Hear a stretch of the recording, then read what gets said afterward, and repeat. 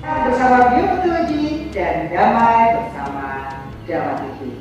Baik, selamat sore, apa kabar pemirsa Damai TV dimanapun Anda berada pada saat ini.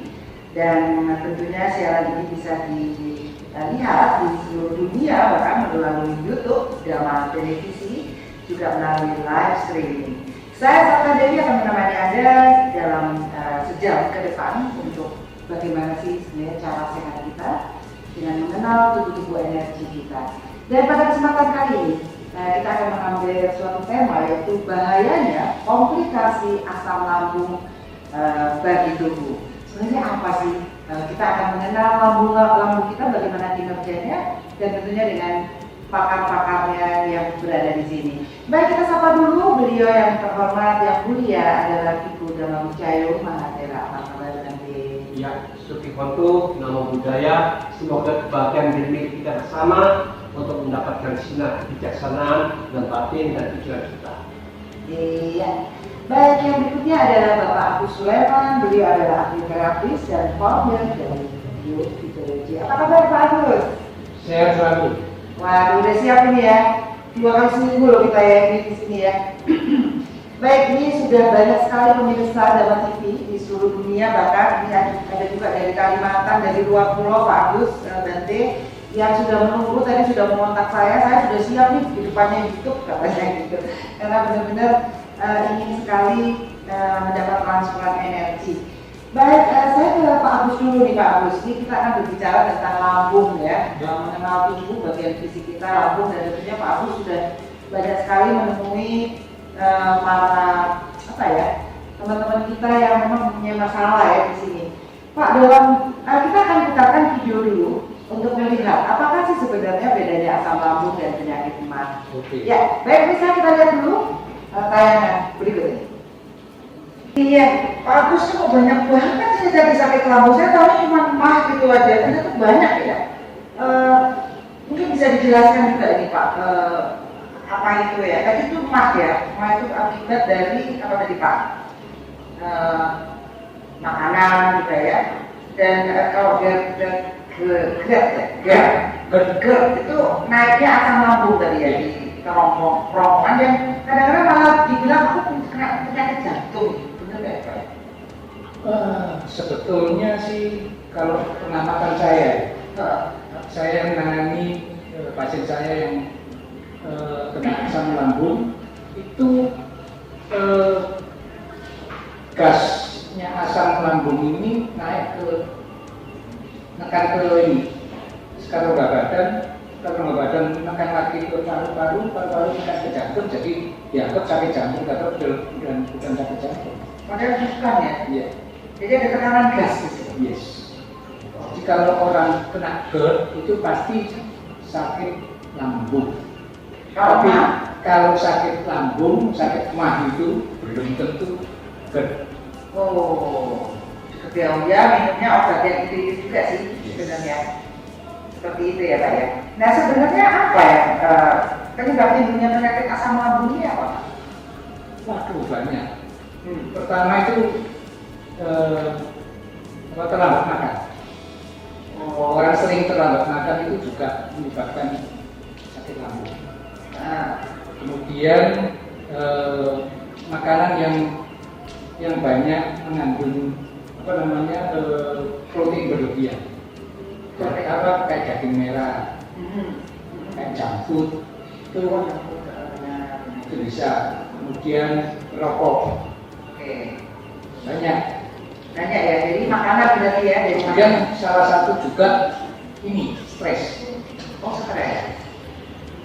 Banyak kasus Pak stres itu ya. Banyak. Baik, nah ini Bante. Perubahan gaya hidup dan pola makan juga menyebabkan ternyata naiknya asam lambung. Bagaimana caranya Bante untuk meredam keinginan makan yang berlebihan gitu? Ya, memang inilah yang dikatakan manusia ini dapat disadari penyakit masuk dalam mulut kita. Maka itu kita memang harus mencegah supaya kita bisa terjadi harmonisasi dalam tubuh kita. Bagaimana kita bisa makanan yang sehat, yang menyehatkan.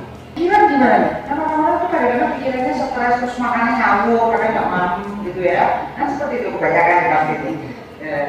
Ya, itulah. Jadi kalau kita sudah tahu pikiran ini juga memegang peranan penting, kita harus paham bahwa sesungguhnya yang menyebabkan kita bisa sakit ini, sakit itu gara-gara kita punya badan. Oke. Sehingga kita begitu melekatnya sama badan ini, sehingga kita sadari, aku sakit ini, aku perutku sakit dari perutku. Jadi itulah konsep yang salah dan cara berpikir kita adanya aku. Maka itu kita meminta kita, sesungguhnya itu bukan sesuatu yang sakit, tetapi ada something wrong, ada sesuatu yang salah, sehingga kita menimbulkan sesuatu yang tidak enak. Bagaimana pikiran ini dirubah dengan pola pikir yang lain dari yang lain, bahwa sesungguhnya di dalam tubuh kita ini gak ada yang dikatakan sakit. Tetapi karena kita itu sudah terbiasa, aku sakit perut ini, aku dalam keadaan seperti ini, maka itu konsep aku sedang sakit ini, saya minta kalau bisa di situ tidak ada aku, yang ada satu proses yang sedang terjadi. Oke, baik. Baik, saudara TV, tentunya kita akan melanjutkan lagi dan tentunya di sesi kedua kita nanti Anda bisa menelpon di nomor WA di bawah ini dan kita bisa mentransfer energi kepada Anda dimanapun Anda berada. Jangan kemana-mana, kita akan ketemu setelah ini. Sehat bersama Biomitologi dan tentunya Drama TV. Baik, bersama TV, pada kesempatan kali ini kita masih membicarakan tentang berbagai macam penyakit perut, terutama yang kita sebut sebagai asam lambung atau MAH ya. Ini kan suka kita salah-salah gitu, ternyata ada bedanya loh gitu ya. Apa yang disebut asam lambung atau GERD tadi, dan juga apa itu MAH. Jadi dari mulai makanan dan kemudian dari pikiran. Nah, Pak Agus, sebenarnya kalau makanan kita, apa sih akibatnya dari kalau asam lambung ini meningkat, Pak? Asam lambung ini yang meningkat yang bahaya itu GERD ya. Oh, GERD ya yang bahaya? GERD itu bahaya. Oke. Bisa menyebabkan kematian. Kok bisa, Pak? Ya kan ke ini. Kalau nggak bisa, katanya orang Jawa itu nggak bisa gelegean ya. Oke. Nah, itu bahaya sekali. Menekan ke jantungnya, mesti yang sakit jantungnya. Oke. Makanya kalau orang kena asam lambung itu ada juga yang megangin jantungnya sakit. Soalnya nggak bisa keluar. Kalau keluar di sini panas, rongkongannya panas. Kebakar. Iya. Tapi sebenarnya harusnya dikeluarin ya, Pak? Iya, kalau bisa keluar. Kadang-kadang kan flapnya yang di dalam yang di atasnya lambung itu kan flapnya itu kan nggak semudah bisa buka. Oh ya, jadi ada masalah juga di lambung ya. Mungkin Iya. kelemahan di lambung di situ ya yang membuat flapnya nggak bisa terbuka dengan benar ya. Nah, itu gejalanya gimana deh Pak? Gejalanya dari itu? Yang jelas pasti apa yang sebelah kiri ini, perut sebelah kiri pasti sakit. Kembung? Perih, pedih. Oh, perih. Sebelah kiri ya Pak ya? Iya. Oke, Pak kita ini. Terus kemudian Pak? Kemudian nafsu makan berkurang. Oke. Tidur tidak nyenyak. Nah, enak tadi ya. Ya. Kemudian mual. Itu nggak enak. Nggak enak, itu sesak napas. Waduh, itu nggak enak. Ya itu sudah seperti itu. Ya, itu lambung karena semuanya juga berasal dari mulut juga jangan-jangan ya Pak ya? Ya, Sampai betul. berasal dari mulut langsung. Jadi kebanyakan orang sakit MAH ini tidak menjaga tentang namanya mulut. Baik itu tingkat apa namanya misalkan sering terlambat makan. Ya, pikiran harus stres selalu Ya, makan. kemudian senang makan juga. Jadi yang sedang-sedang saja. Lo kelebihan makan sama kurang makan ini Ya, sebenarnya ya. kelebihan makan juga bahaya. Apalagi setelah makan tidur. Waduh. Wah, itu yang menyebabkan yang Ya, banyak loh sekarang yang seperti itu Pak. Ya. Terus harusnya setelah makan harus apa Pak? Kita duduk atau enggak atau gimana tuh Pak? enggak ya maksudnya kalau bisa jamnya makan itu di agak lebih pagi ya. Jam 5 atau jam 6 lah. Ya. Kemudian baru jam 9 atau jam 8 baru tidur. Oh, Biasanya sekarang ini kan pulang dari kerja jam 7, jam 8 mandi, selesai makan jam setengah 9, jam 9 tidur. Itu pertama bisa obesitas, Terlalu dekat gitu ya. Ya, kemudian kedua itu bisa terganggu pencernaannya. Oke, baik. Ini adalah pola makan yang salah ternyata, ya kalau dia lihat Pak Agus ya. Nah, Bante, apa benar sih Bante merokok terus minuman beralkohol itu juga bisa menyebabkan gangguan pada pencernaan kita? Sebenarnya kalau dalam Buddhis minum alkohol itu gimana? Ya, sesungguhnya ini berdasarkan penyelidikan itu memang siapapun juga di dalam peraturan agama manapun juga mereka sudah menekankan bahwa minuman alkohol itu bisa mengganggu saraf kita dan sehingga kita tidak bisa mengendalikan diri kita, otomatis ini akan juga bisa menyebabkan kita melakukan berbagai macam kesalahan yang tanpa kita sadari. Kita bisa membunuh, kita bisa memukul, kita bisa memperkosa orang, kita bisa mencaci maki dan sebagainya. Jadi kita tanpa terkendali, jadi ngomong seenaknya, kita seenaknya itu juga membuat lingkungan kita tidak akan damai. Makanya itu agama bertujuan adalah bagaimana menciptakan kedamaian di seluruh dunia. Maka itu larangan ini harus diikutin sehingga kedamaian akan muncul. Demikian juga kalau kita sadar alkohol ketika kita minum, dia kan banyak gasnya di situ. Otomatis GERD itu atau asam lambung itu kan dia terlalu banyak gas, kita tambah gas lagi kan tambah besar, sakitnya otomatis tambah berat. Itulah yang menyebabkan kita harus menghindari hal yang bisa membuat kita tambah berat. Iya, jadi sebenarnya intinya ada pada keseimbangan antara yang kita makan ya, jadi tidak berlebihan dan juga tidak kurang. Terus apalagi tadi alkohol ini kebanyakan orang-orang minum alkohol nih Pak Agus, kalau di ininya Pak Agus, pasien-pasien Pak Agus. Selama ini belum ada apa namanya istilahnya itu pengakuan dari masing-masing yang bersangkutan. Iya. Oh nggak ngaku ya Pak ya? Belum. Belum ada yang ngaku nih. Baik pemirsa Dharma TV, mungkin Anda sudah mengalami sakit lambung atau mungkin lagi stres gitu ya. Di sini ada pakarnya, Bante sebagai manajemen pikiran, dan tentunya Pak Agus nanti akan membantu bagaimana mentransfer energi untuk membersihkan sumbatan-sumbatan di situ. Anda bisa menelpon di nomor telepon di bawah ini, dan tentunya siapapun bisa menanyakan hal ini. Beberapa kali sebenarnya banyak yang tersembuhkan nggak Pak? Yang saya tangani 90% pokoknya telaten ya, 90% sembuh. 90% sembuh ya? Kasus-kasus di sakit lambung juga gitu ya Pak? Iya. Yang dilakukan adalah terapi aja? Terapi aja, kemudian pola makan, pola hidup ini harus dirubah. Yang biasanya males makan, terlambat makan, harus diganti polanya. Baru kita terapi. Kalau kita terapi hidupnya tetap ya percuma ya. Oke.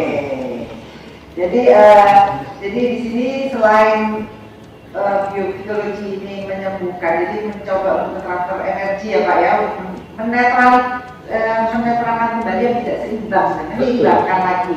Betul. Tapi harus maintenance tentunya dengan pola pikirnya, pola makannya. Baik, ini rupanya ada telepon yang masuk. Baik, halo, selamat malam. Malam, dan saya di malam, Pak. Iya, Pak. Wah, Pak Hidayat dari mana? Iya, Pak Hidayat, keluarnya apa, Pak? Yang Pak kemarin, Bu. Oh iya, gimana kemarin sudah di transfer energi Pak Hidayat?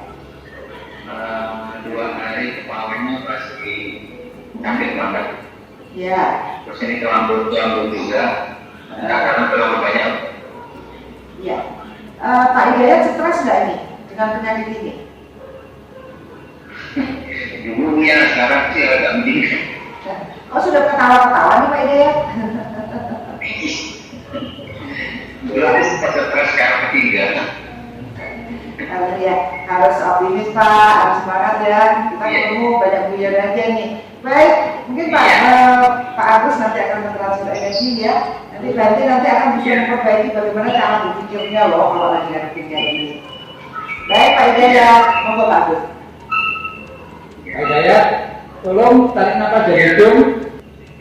Ya. Pak Hidayat. Iya, gimana Bu? Ya. Saya boleh nanya sedikit ya?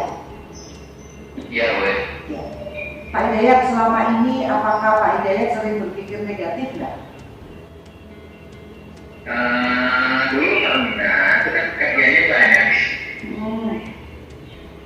Iya. Akhirnya kan di dalam pekerjaan itu ya Pak, suka apa? Stres juga. Iya, cukup stres juga sih pekerjaan.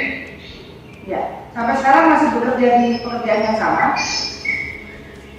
Sudah 3 tahun ini berhenti total. Oh gitu. Kenapa Pak?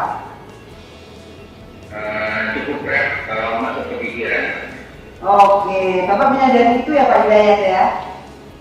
Iya. Oke, sekarang udah lebih santai nggak? Lebih rileks nggak hidupnya? Di Malang lebih rileks karena dulunya kan di Bogor, Jakarta.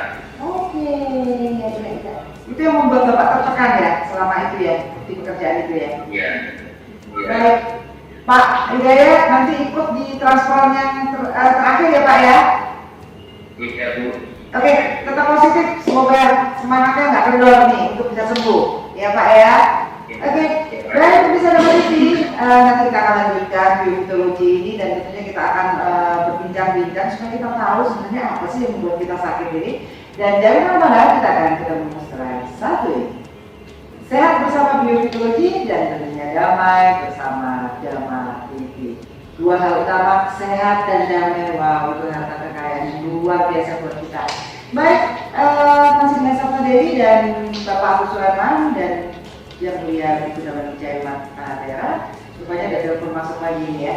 Baik, kita sapa dulu. Halo, selamat malam. Apa kabar? Siapa ini? Halo, selamat malam. Iya, dengan siapa? Dengan Bu Sri. Bu Sri sakit apa? Bu Sri tidak boleh tak. Halo. Ya. Saya sekarang macam ada untuk diabetes, saya ini ada berat kambing. Oh, bioham ini. Baik. Itu dikecilin dulu volume TV-nya Bu. Volumenya dimatiin aja.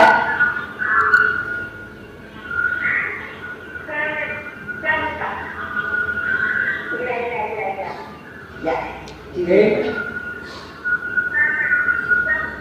Bu Sri sudah siap? Bu Sri sudah siap? Saya sudah. Oke. Tarik nafas dari hidung, Ya sudah. lepaskan dari mulut. Tarik nafas dari hidung. Sudah Bu Sri? Ya, gimana putus ini, Bu Sri ini? Baik, Pak Agus, apa rasanya Pak Agus dengan penyakit ombelan? Kita ngomongnya sakit, tapi itu tidak seimbangan sebenarnya ya di dalam tubuhnya ya. Tidak keseimbangan. Oke. Jadi metabolisme yang tidak teratur ini menyebabkan banyak, terutama peredaran darah. Peredaran darah itu tidak bisa mensuplai makanan ke bagian organ-organ tubuh kita. Jadi ada yang ini itu semua ombelan itu karena dengan tidak stabilnya metabolisme tubuh. Ya, jadi itu tadi darah ya, itu ada asam urat, macam-macam itu tadi semuanya. Dari darahnya yang tidak lancar ya. Ada telepon lagi sebentar. Baik, halo selamat malam. Dengan siapa ini? Ibu Ade. Ibu Ade di mana? Di Padang. Oh di Padang. Oke. Keluarnya apa Ibu Ade? Nah, aku malam. kakiku yang kanan.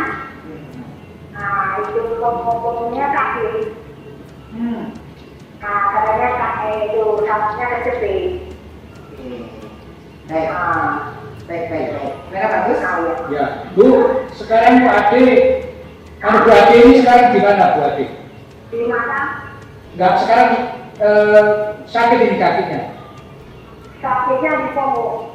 Ya, sekarang sakit Bu ya. Ya, sekarang tarik nafas Bu. Sudah Bu Ade.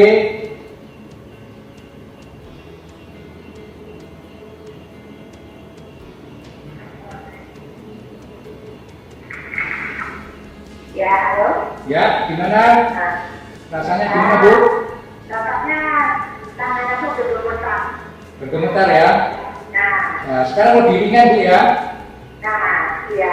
Ya, nanti sesi terakhir mengikuti lagi Bu ya, tangannya dihadapkan ke televisi Bu ya. Oh, dari itu ya. Ya, oke. Ya, ya. Yuk, terima kasih. Ya, terima kasih. Iya, baik, terima kasih. Ya. Terima kasih Bu Adia. Baik, sahabat TV, tentunya nanti di segmen kita yang berikutnya kita akan mengadakan transfer jarak jauh dan ini bisa diterima di seluruh dunia bahkan melalui saluran YouTube dan televisi. Dan bersiap-siaplah Anda di layar karena kita akan kembali setelah yang satu ini. Sehat bersama Biofitologi dan tentunya damai bersama Dharma TV. Baik, bisa Dharma TV, terima kasih untuk Anda yang masih setia menonton acara ini yang disiarkan secara live setiap hari Rabu dan Sabtu. Baik, sesuai dengan janji kita semua di sini, kami di sini kita akan mengadakan transfer energi dan tentunya bersiap-siaplah Anda di masing-masing tempat Anda. Juga tidak sampai, monggo berarti bisa dipilih. Rapi selesai. Ya. Gantian saya yang tanya Pak Agus, gimana rasanya Pak Agus? Tadi kan mereka ya pemirsa ya, Pak Agus gimana nih rasanya? Ya, ini tadi tangan saya dingin banget. Oh dingin? Dingin, sama ada ini apa sengatan listrik kecil. Kencang banget. Ya. Apa tuh artinya? Ya, banyak yang merasakan kebutuhan energi lah. Jadi penyerapan energinya itu sangat-sangat dibutuhkan sekali, sehingga yang mestinya panas ini sampai dia menuju ke dingin. Oh gitu. Awalnya panas ya? Ya, panas. Panas. Jadi saya jika ada di studionya Dharma TV yang apa namanya, yang dingin di Batu ini keringetnya kayak gini loh. Saya juga jadi kepala juga ikut terpapar nih radiasi ini ya. Wah luar biasa ya. Jadi ini tadi banyak yang membutuhkan ternyata ya untuk diseimbangkan energinya ya. Luar biasa, semoga ini jadi berkah. Bagaimana nanti apa yang dirasakan nanti dengan tadi menyalurkan energi nanti? Ya, sesungguhnya kita harus bisa memisahkan dan memahami. Sang Buddha hanya bicara bahwa semua tergantung arah pikiran kita masing-masing. Kalau arah pikiran kita ini salah, masuk ke dalam yang menderita, yang sakit, jadi kita berkumpul dengan penderitaan itu sendiri secara terus-menerus. Sang Buddha meminta kita harus pandai-pandai mengatur cara berpikir kita, yang bagaimana kita di situ letaknya bebasnya penderitaan, arahkan energi pikiran kita masuk di dalam kebebasan dari penderitaan itu sendiri. Yang saya katakan, only the knower never pain over there. Hanya si pengetahuan itulah yang tidak pernah menderita di sana. Jadi kita hanya sekedar tahu dan sadar saja, biarkanlah yang sakit itu timbul dan dalam muncul apa adanya, jadi tapi batin kita tidak pernah sakit. Inilah yang dikatakan belajar, memahami dan mengerti. Yang sakit cuma badan, selama ada badan, tetapi batin kita yang sudah mampu mahir di dalam menata cara berpikir yang super dahsyat seperti ini, ternyata batin itu tidak pernah sakit. Itu aja yang dilatih, seperti itu kita akan mendapatkan bebas dari penderitaan. Iya, itulah yang dimaksud tadi ya. Tentunya sakit yang sekarang tentunya adalah suatu sebab juga yang diperbaiki, sehingga ketika sudah dibantu dengan biofitologi ini diharapkan nanti pemirsa Dharma TV kalau dididik orang boleh Pak Agus, dididik orang boleh nanti, ya kan, harus di maintenance dirinya sendiri supaya tidak terjadi sakit lagi, gitu ya Pak Agus ya. Kira-kira kalau Pak Agus diparani terus itu gimana Pak Agus? Ya, kadang-kadang kalau saya melihat satu orang sakit itu saya bantu terapi, katanya enak, kemudian pola hidupnya ngawur lagi. Aduh. Karena gergetan ya. Iya. Terus dibantu jadi mengandalkan Pak Agus nih ceritanya. Wah, kok aku nampak Pak Agus mana wes? Tapi lama-lama itu yang rusak itu onderdilnya. Jadi organnya juga lama-lama kan hancur gitu. Istilahnya diperbaiki, dihancurin lagi, diperbaiki, dan lama-lama hancur. Oh, jadi mungkin ada pesan nih. Ada pesan nih Pak Agus untuk pemirsa Pak Agus. Supaya nggak gitu tuh. Ya, perbaiki pola hidup, pola istirahat, pola olahraga yang menyebabkan kita menjadi sehat. Itu yang utama. Jadi kita harus memperbaiki pola hidup kita yang salah, dijadikan yang benar, kemudian diperbaiki sedikit demi sedikit. Gak bisa langsung, tidak apa-apa. Tapi harus ada usaha untuk memperbaiki sehingga kita itu sehat, betul-betul sehat, panjang umur, sehat selalu. Pada umur sehat ya, nggak lama-lama. Tidak sakit-sakitan. Ya itu pesannya dari Pak Agus tuh ya. Jadi, nah Pak Agus kalau misalnya ingin menyembuhkan diri sendiri bisa nggak Pak Agus? Kalau belajar ilmu ini bisa. Oke, bisa ya? Bisa. Iya. Nanti ada waktunya ya nanti ya. Ada. Siapa yang ingin belajar? Baik, terima kasih Pak Agus atas semuanya nasihatnya baiknya. Nanti mungkin bisa memberikan kesimpulan kan di acara ini. Para pemirsa teman yang berbahagia, secara tegas dan jelas bahwa semua yang kita alami ini tergantung kemampuan kita menggunakan tubuh jasmani dengan makanan dan minuman. Buatlah mereka semuanya dengan harmonis, otomatis keharmonisan itulah yang akan menyebabkan kita berkurangnya penyakit dan tubuh kita karena tidak terlalu asam, tidak terlalu basah, selalu harmonis, otomatis itu keseimbangan akan terjadi. Tetapi yang lebih penting dan sekarang kita pahami bahwa banyak penyakit yang melalui mata kita, penyakit yang melalui telinga, hidung, mulut, dan tubuh kita masing-masing yang bersumber dari pikiran ini. Maka itu penyakit yang ada dalam pikiran ini karena ketidakmampuan kita untuk memanage keenam indera dengan tepat sehingga banyak faktor yang negatif masuk sehingga menyebabkan batin dan pikiran kita gelisah, takut, cemas, bingung, kecewa, stres, dan kita menderita. Maka dari itu alangkah indahnya kita bersama-sama saat ini dan seterusnya memiliki kepandaian bagaimana kita bisa memasukkan yang bermanfaat dan berguna mengenai mata dan telinga kita serta pikiran kita sehingga kita mendapatkan manfaat bahwa apa yang kita masukkan itu ternyata bermanfaat dan berguna untuk perkembangan spiritual kita. Tetapi sebaliknya, apapun yang tidak berguna yang kita masukkan dalam mata, telinga, dan pikiran yang membuat kita jengkel, mangkel, marah, inilah yang sakit yang lebih berat daripada sakit-sakit badan kita yang lainnya. Maka dari itu mulai sekarang kita harus tegas dengan penuh keberanian hindari semua penyakit yang melalui keenam indera ini. Apapun yang membuat kita menderita jangan dimasukkan lagi supaya kita melatih batin dan pikiran kita lebih tepat dan lebih harmonis selalu di atas dari semua dualisme apapun juga sehingga kita membebaskan dari semua godaan-godaan sensasi kita apapun juga sehingga kita tidak kecemplung dalam penderitaan. Di sanalah yang dikatakan bagaimana melatih dan belajar memahami seni hidup yang seperti ini sehingga kita memiliki kemampuan mengendalikan keenam indera dengan tepat dan benar sehingga kebahagiaan, kedamaian, keheningan yang kita harapkan akan bisa muncul dengan nyata di dalam kehidupan kita bersama sehingga jalan kedamaian dan kebahagiaan akan kita dapatkan bersama. Ya, terima kasih Berarti. Baik, bisa dapat TV, sehat adalah sesuatu yang sangat mahal harganya. Kalau sudah masuk rumah sakit kita udah ya banyak biaya ternyata. Di sini Berarti telah mengajarkan bagaimana kita manage pikiran kita agar hidup seimbang, mempunyai pandangan benar, mempunyai pengertian benar di dalam menjalani kehidupan ini. Pak Agus membantu dengan timnya dari biofitologi untuk membantu menggelontor energi menyeimbangkan apa yang sudah tidak seimbang, tetapi bagaimanapun juga Anda sendiri harus bisa dan mampu memanage semua pola pikir, pola makan, pola gerak, dan juga pola istirahat. Dan tentunya kami semua berharap Anda selalu sehat, Anda selalu damai, dan Anda selalu bahagia. Itu harapan kita semua. Baik, saya Sandra Dewi beserta beberapa TV mengucapkan banyak terima kasih atas perhatian Anda. Jangan lupa kita akan ketemu pada hari Rabu depan dan tentunya siapapun bisa mengikuti acara ini dari seluruh dunia.